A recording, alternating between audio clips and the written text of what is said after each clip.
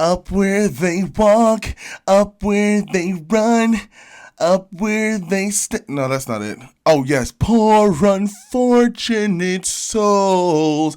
That was me in this movie. Guys, welcome back to the Cinema Scale. There are 10 things that make a movie great. And before you swipe this video away, you need to watch it because there are several reasons why you want to wait to catch The Little Mermaid at home. Wait for this movie on Disney Plus. Do not waste your time because the Cinema Scale is coming back to weigh for you. Let's start with those 10 things. Let's talk about the plot.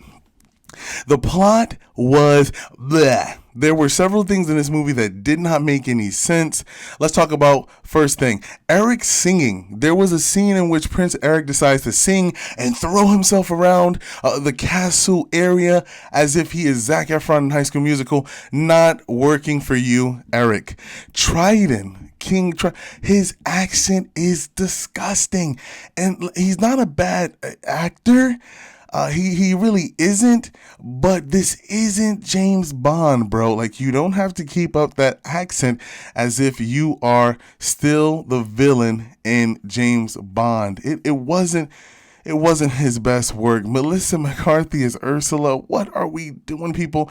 And then the things that they did, I felt like Ursula was not wicked enough in this movie. I don't know what her ploy was in this film, like what her objective was to the character of Ursula, but that just doesn't make sense. There's scenes in which Ariel is singing in her mind. Dude, Ursula took her voice. Just let that ride. Why are we still trying to make something out of nothing? Love out of nothing at all. Makes no sense. There's a scene in connection with the song Kiss the Girl. Sebastian doesn't tell the prince her name. I'm a little bit tight about that because that is monumental to the makeup of the film. Is Eric in love with Ariel or is he in love with her voice?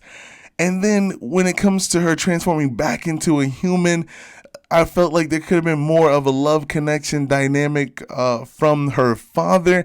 You're talking about a girl who's very young in nature, who wants to explore that world from up above, out of that sea. But she is not creating that vibe in which we want to be part of any of the worlds that were involved in this film. Ariel finds herself being starred by Hale Bailey. You guys recognize her from Let It Shine. That's the 2012 Disney rap sensation. And David Diggs as Sebastian. But I just felt like the plot was very, very don't. It was very all kind of over the place a little bit. It's a simple story with a simple message. Why are we adding stuff? That's the first issue that I found with The Little Mermaid.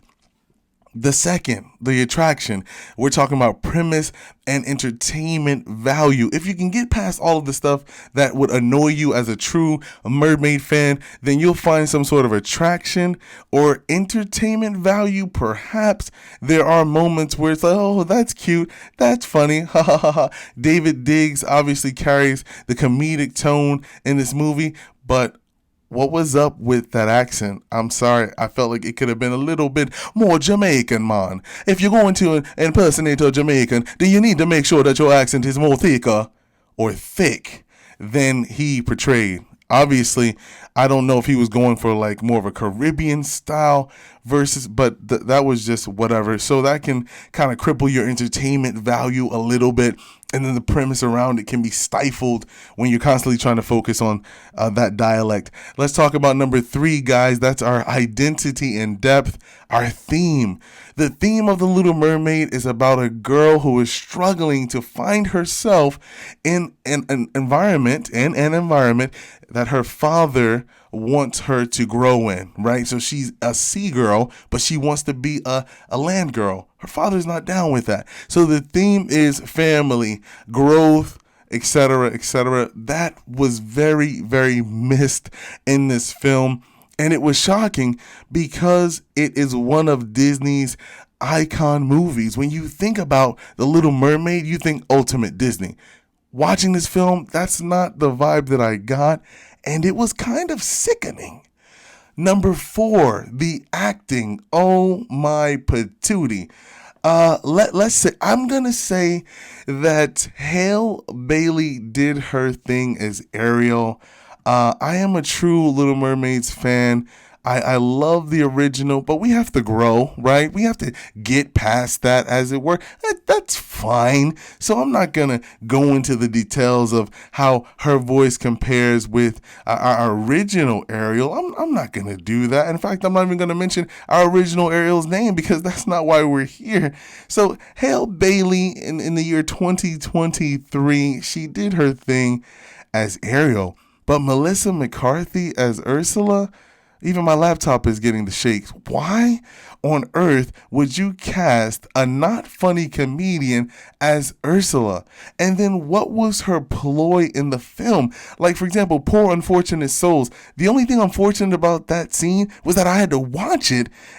It was poor unfortunate soul. Like, dude, this is supposed to be a climax of the film. Why are we trying to water that down with less wickedness? Ursula is categorized as the one of the most notorious villains in Disney history, and then you just smother her with this weak kind of dialogue and talking to Ariel. I'm not impressed. I was not impressed. I was especially disgusted with King Triton. I thought that Javier Bardem was not the fit for Ariel's father. Oh my goodness. If there was one performance that I would say I enjoyed, I'd have to give it to David Diggs. Obviously, you know him as Thomas Jefferson and Lafayette and Hamilton. Let's go on to number 5. The dialogue. Well, for some of the movie, Ariel can't talk, so you're not getting much dialogue there, but that involves your storytelling and your context.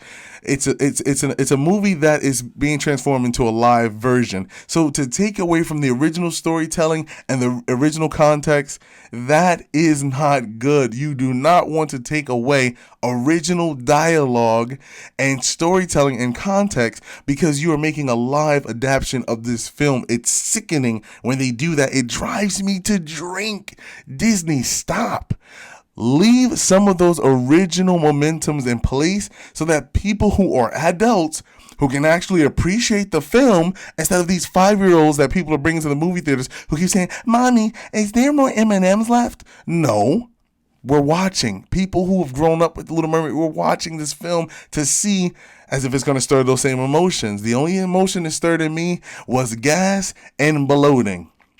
Let's go on now to number 6, the cinematography. There was some great visual language. Obviously, that involves your lighting, setting, and wardrobe. I think they did very well with the colors, the environment of the ocean. It gave me a very, very sea-like feel to the film. I thought that was pretty great, and I was excited to see that. I love the shipwreck scene in which he has to save Eric's life and how that just, comes into this tumultuous climax. That was good.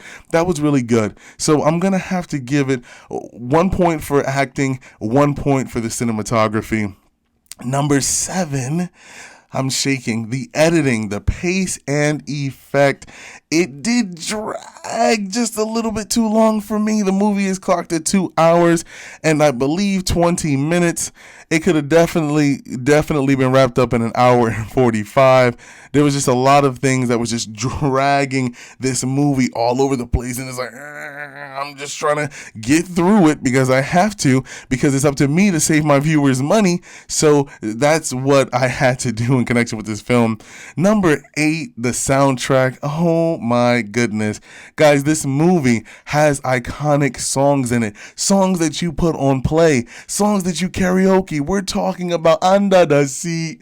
We're talking about Kiss the Girl. And for those of you who want to go into that dark rock kind of Poor Unfortunate Soul, but for them to make changes in these songs that are just so close to our heart, it's mind-boggling. I'll give you an example. Under the Sea. If that is Sebastian's intro song to persuade Ariel to make her home the sea life again, why did they have Ariel sing in the song with Sebastian? That made no sense. The purpose of that song was for Sebastian to win Ariel back over to his side. Why is she singing in that song with him? Oh, here's another one. Here's another one. Kiss the Girl, okay? It's Kiss the Girl, right? Why do we have Scuttles, right, and Flounder singing in this song with Sebastian? That was another moment for Sebastian to rise up and develop his character. Like, I understand that things are difficult and you have Aquafina playing Scuttles, but she didn't have to do all that talking just because we recognize her from Shang-Chi and the Ten Rings. Sometimes when it comes to movies, especially Disney, it's all about what's cool and what's popular. And so I felt like the soundtrack got lost in the popularity contest versus what the movie was originally built on. Then you have a song that was in there by Scuttles, and they're doing the rap thing, and I said, here comes Lin-Manuel making his debut. Like, dude, we get it. We get the fast rhythm, but it's not necessary for every single film that you're involved in. Like, we love you. I love Lin-Manuel. He's like a second cousin to me, but we don't need it all the time. That changes the dynamic of the movie, and I felt like that scene in which Scuttles is conveying that information to Ariel and Sebastian, that should have been dialogue, because you'll miss the main point if you just throw it in together with a zesty beat and just really quick rhythm. Directing number 9. Oh my goodness. I can't even breathe right now, guys. The directing, I am just completely over the top with. Rob Marshall is our director for this film. Who is Rob Marshall? For those of you who are true diehard Disney fans, Mary Poppins. Mary Poppins Returns, starring Emily Blunt.